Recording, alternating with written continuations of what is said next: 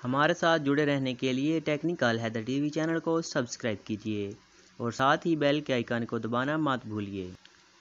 तो क्या दोस्तों आप जानना चाहते हैं बिना किसी थर्ड पार्टी एप्लीकेशन को यूज़ किए बगैर आप अपने मोबाइल के कीबोर्ड पे अपनी पिक्चर ऐड कर सकें?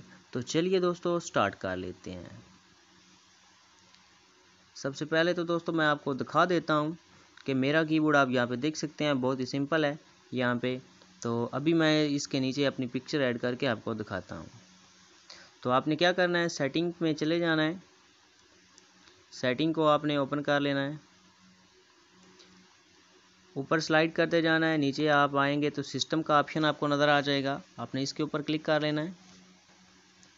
अगेन ऊपर आप देख सकते हैं यहाँ पे लैंग्वेज इनपुट का ऑप्शन है, इसके ऊपर आपने क्लिक करना है और इसके बाद यहाँ पे कीबोर्ड वर्चुअल टूल कीबोर्ड है, इसके ऊपर आपने क्लिक करना है और जीबी हमारा कीबोर्ड सिलेक्टेड है, हमने इसके ऊपर क्लिक करना है।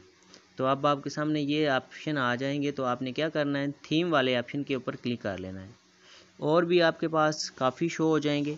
आपने अगर डाउनलोड करके लगाना चाहते हैं तो लगा सकते हैं, नहीं तो आप माई थीम के ऊपर क्लिक करें और आपके सामने अपनी गैलरी ओपन हो जाएगी। तो आपने क्या करना है, कोई भी आप अपनी पिक्चर यहाँ से सिलेक्टेड कर सकते हैं।